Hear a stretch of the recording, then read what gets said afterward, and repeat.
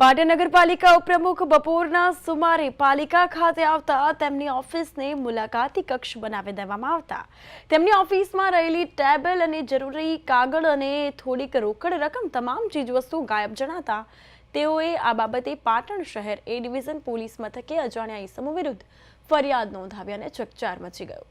તો પાટણ નગરપાલિકાના ઉપપ્રમુખ હિના શાહ જેવા બપોરના સમયે નિયમ અનુસાર નગરપાલિકા ખાતે આવતા તેઓની નેમપ્લેટ સહિત ઓફિસમાં રહેલ ટેબલ, જરૂરી કાગળો અને થોડી રોકડ રકમ ગાયબ જણાઈ હતી।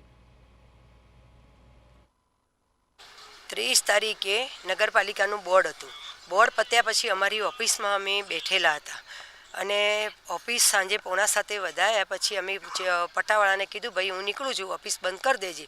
કે સારું। કાલે 31 તારીખની રજા હતી અને આજે હું ઓફિસમાં આવતા મારી ઓફિસ ખુલ્લી પડી હતી। મારી ઓફિસનું ટેબલ, ખુરશી અને મારા અંદર ઓફિસની અંદર ડ્રોવરની અંદર મારા અગત્યના કાગળ હતા, દસ્તાવેજ હતા અને મારા એક નાના પર્સમાં હું 750 રૂપિયા રાખતી હતી કે કોઈ ચા પાણીના ખર્ચ માટે, એ ત્યાં 750 રૂપિયા પડ્યા હતા અને એક નગરપાલિકાની અધિનિયમની બુક હતી એ મારા ટેબલ ઉપર પડી હતી અને મારા અગત્યના નગરપાલિકાના એજન્ટોના બધા કાગળ પડ્યા હતા। એ બધા અત્યારે ઓફિસમાં આવતા કોઈ જોવા અમને કોઈ જાણ કરવામાં આવી નથી, મને કોઈ લિખિતમાં પણ આપ્યું નથી કે મને કોઈ ધ્યાન પણ દોર્યું નથી, મને કોઈ ખબર જ નથી। કારણ કે 30 તારીખે સાંજે નીકળ્યા પછી કાલે 31ની રજા હતી અને આજે ઓફિસમાં આવતા જ મેં જોયું એટલે સીધી હું અહીં આવી પોલીસ ફરિયાદ કરી।